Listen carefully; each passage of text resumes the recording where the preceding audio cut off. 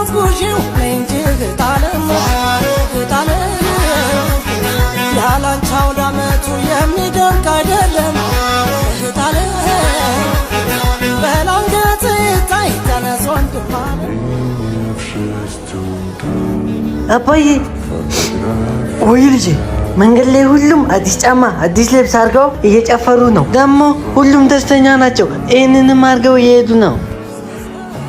አባዬ እኛ ሰላም ምንድነው እንደነሱ ማን ሆነው? ለምን እነሱ ብቻ ደስተኛ ሆኑ? አዲስ ዓመት ነው ልጄ። ግን እኮ አባዬ እኔም እንደነሱ ደስተኛ መጫወት ፈልጋለሁ። ልጄ ዓለም ለድሃዎች ሁልጊዜ በሯን ትከፍታለች ማለት አይደለም። ይህንን አስታውስ። ሁሉም ሰው በሩ ሊዘጋባ ይችላል። ነገር ግን ፈጽሞ ፈጣሪ በሩ ሊዘጋባ አይችልም።